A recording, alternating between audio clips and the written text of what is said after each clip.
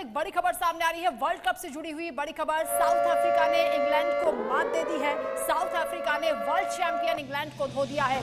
South Africa ने England को 229 रनों से हराया है। जीतने के लिए इंग्लैंड के सामने 400 रनों का टारगेट रखा था।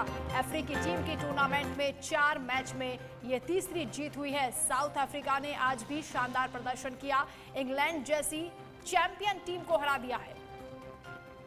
और इसी पर हम बातचीत भी करेंगे। मनोज जोशी जी हमारे साथ जुड़ रहे हैं, स्पोर्ट्स एडिटर हैं, स्वागत है आपका। और अनिल ठाकुर न्यूज रूम से इस वक्त मेरे सहयोगी हमारे साथ जुड़े हुए हैं। सबसे पहले मनोज जी, आप ही के पास आते हुए, इंग्लैंड चैंपियन टीम और आज साउथ अफ्रीका के सामने पूरी तरह से लगता था कि सरेंडर कर दिया है, क्या हो गया आज इंग्लैंड को?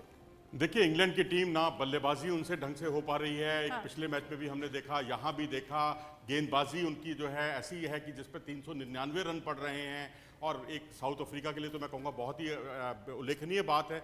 एक टीम 428 रन बनाती है, कभी 399 रन बनाती है। तो वहीं इंग्लैंड जो है हर क्षेत्र में खेल के विभाग में इस बार पिछड़ता हुआ नजर आ रहा है। और जो बल्लेबाजी है, इस बार उन्होंने स्पेशलिस्ट जो है प्लेयर खिलाने की कोशिश की कि स्पेशलिस्ट बॉलर को खिलाया जाए। और इसी का नतीजा था कि स्पेशलिस्ट बॉलर की वजह से उनकी जो बल्लेबाजी थी, बैटिंग ऑर्डर बहुत कमजोर हो गया। जो बॉलर थे वो 7वें नंबर पर आने लग गए, 8वें नंबर पर, 7वें और 8वें नंबर पर, क्योंकि क्रिस वॉक्स को नहीं खिलाया और ना ही सैम करन को खिलाया। तो जाहिर सी बात है कि टीम जो है बैलेंस नहीं थी इस बार इंग्लैंड की, और शायद स्पेशलिस्ट बॉलर को खिलाने का एक नतीजा था कि उनकी बैटिंग बहुत कमजोर हो गई थी। अनिल, क्योंकि पहले अफगानिस्तान से हारी और आज साउथ अफ्रीका से हारी इंग्लैंड की टीम के परफॉर्मेंस को आप किस तरीके से देख रहे हैं, बड़ी बारीकी से, क्योंकि आप नजर रखते हैं?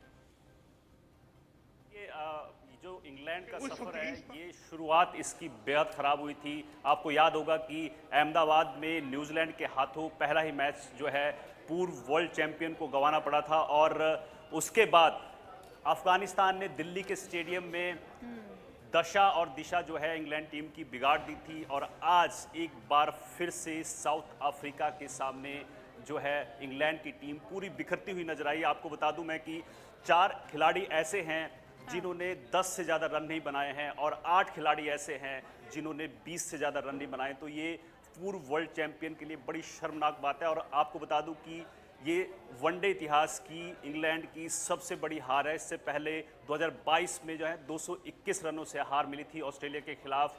तो कहीं ना कहीं इंग्लैंड की जो टीम है, मुझे लगता है वो ट्रैक से पूरी तरह से उतर गई है और जल्द ही वर्ल्ड कप्स में उनका मुझे नहीं लगता कि आगे जाने का चांस है, क्योंकि 4 में से 3 मैच आप हार चुके हैं, सिर्फ एक में आपको जीत मिली है, वो भी बांग्लादेश जैसी टीम के सामने। वंदना। मनोज जी, लेकिन साउथ अफ्रीका एक अलग लेवल पर खेल रही है, बड़े बड़े स्कोर बना रही है। आपको लगता है कि बहुत मजबूत दावेदारी साउथ अफ्रीका की नजर आती है? जी हाँ, बिल्कुल। जिन्हें चोकर्स कहा जाता है वो तो चैंपियन की तरह खेल रहे हैं।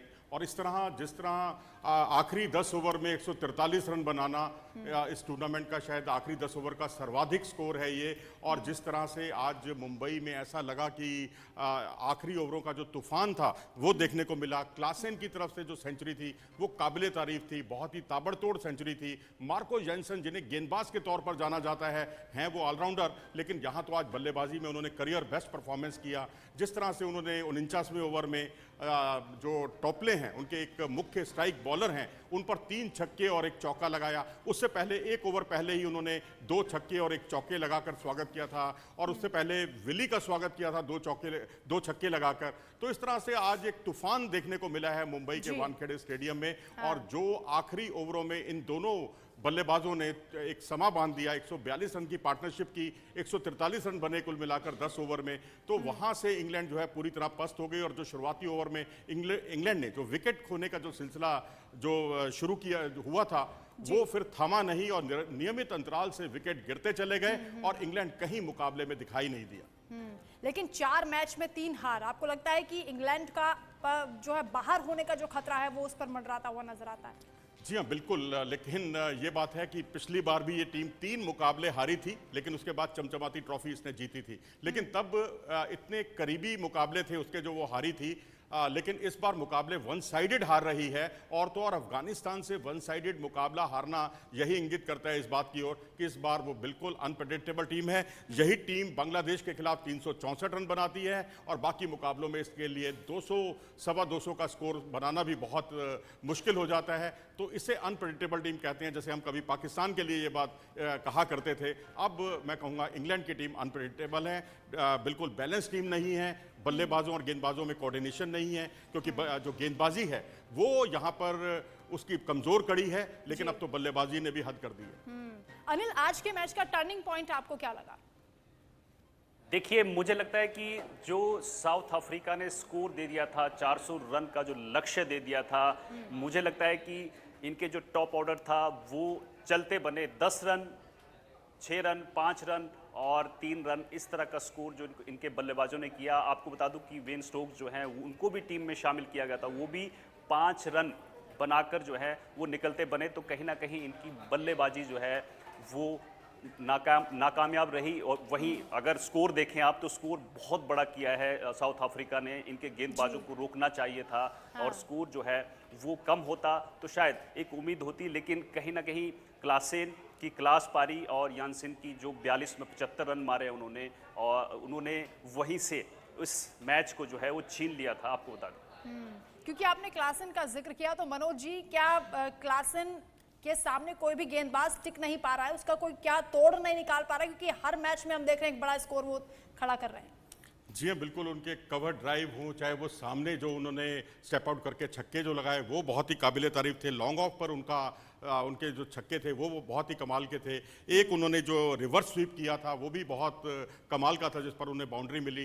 तो कोई भी गेंदबाज उनके सामने टिक नहीं पा रहा था, क्योंकि उनका एक ऐसा तूफान देखने को मिला। सच कहा जाए तो इस बार साउथ अफ्रीका खासकर मैं कहूँगा बल्लेबाजी में बहुत अच्छी तैयारी करके आया है। शायद यही वजह है कि क्लासेन सेंचुरी बना चुके हैं, 2 सेंचुरी जो है क्विंटन डिकॉक बना चुके हैं, डुसेन बना चुके हैं 1 सेंचुरी, और जिस तरह से मार्करम ने फास्टेस्ट सेंचुरी बनाई है 49 गेंदों पर पहले ही मुकाबले में। तो इससे आप अंदाज़ा लगा सकते हैं कि बल्लेबाजी में इस टीम में गहराई है, डेप्थ है। और एक मुकाबला जो पीछे केशव महाराज ने भी अपनी बल्लेबाजी का बहुत ही अच्छा मुजाहरा किया था, बहुत ही शानदार प्रदर्शन किया था और मैच को बहुत लंबे समय तक, काफ़ी दूर तक ले गए थे भारत के खिलाफ। तो मैं अब यही कहूँगा कि बल्लेबाजी बहुत अच्छी है, गेंदबाजी जो उसकी कमज़ोर कड़ी साबित हो रही थी। रबाडा नहीं चल पा रहे थे, इस बार रबाडा भी चल गए। और जिस तरह से आज जो 3 विकेट जो चटकाए हैं कोहिजी ने, जिन्हें बहुत ज़्यादा लोग जानते भी नहीं हैं, और ये खिलाड़ी अपनी क्रॉस सीम गेंद से, जिसमें कंधे का बहुत ज़्यादा इस्तेमाल किया जाता है, कोशिश यही होती है गेंदबाज की कि वो ज़्यादा से ज़्यादा शॉर्ट पे डिलीवरी या बाउंसर डिलीवरीज फेंके।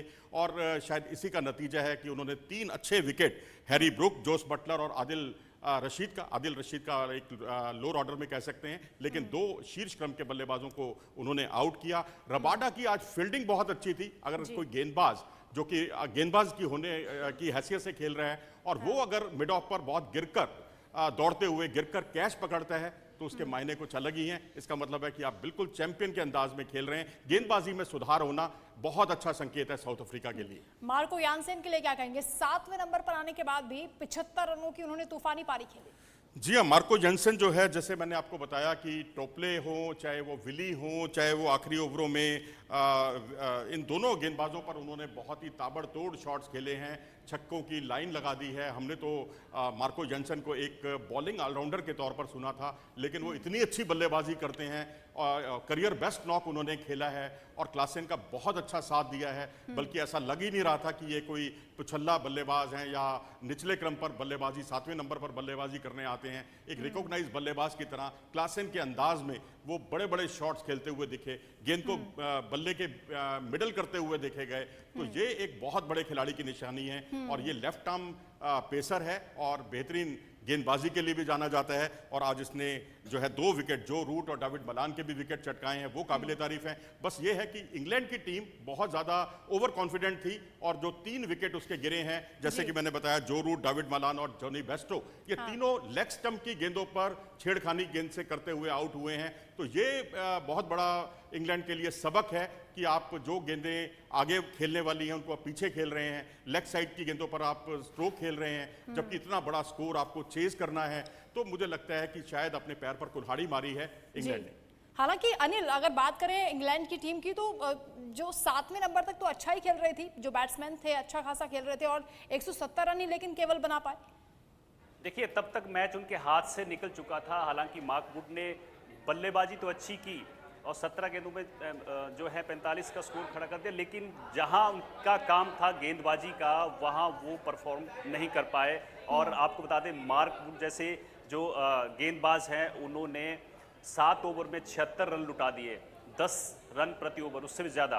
तो कहीं ना कहीं इनकी जो गेंदबाजी रही वो सवालों के घेरे में है। और पिछले कई मैचेस में आप देख लीजिए कि इनका गेंदबाज और बल्लेबाज भी, अगर बांग्लादेश के खिलाफ मलान की पारी को छोड़ दिया जाए या फिर एक आध मैच में जो रूट की पारी को छोड़ दिया जाए, तो बल्लेबाज, गेंदबाज और जो इनके मध्यम क्रम के बल्लेबाज हैं, वो कुछ भी नहीं कर पाए पूरे इस जो 4 मैच खेले हैं इन्होंने। तो कहीं ना कहीं हर क्षेत्र में जो है इंग्लैंड की टीम फेल हुई है और आज उसका नतीजा ये है कि वो पॉइंट टेबल पर 9वें नंबर पर मौजूद है।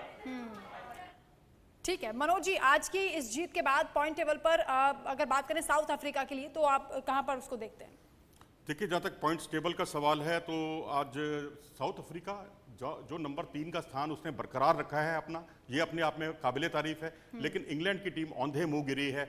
और मुझे तो ऑस्ट्रेलिया याद आ रहा है, जब 5 दिन पहले वो टीम जिस तरह से 10वें नंबर पर थी, जो कि 5 बार की वर्ल्ड चैंपियन है, उसने एक मुकाबला जीता, दूसरा मुकाबला जीता और सीधा टॉप 4 में आ गई, पाकिस्तान को बाहर कर दिया टॉप 4 से। और अब इंग्लैंड की टीम ऊपर से नीचे जा रही है, क्योंकि एक मुकाबला उसने जीता जिसमें बहुत बड़ा स्कोर भी बनाया, लेकिन बाकी लगातार उसने जो कुल मिलाकर 3 मुकाबले हारे हैं, गंवाए हैं। हालांकि अब हम ये कहकर बचाव नहीं कर सकते, ना ही उम्मीदें पाल सकते हैं कि पिछली बार 3 मुकाबले हारने के बावजूद वो चैंपियन बनी थी, लेकिन इस बार की टीम बिल्कुल अलग है, वो अंदाज नहीं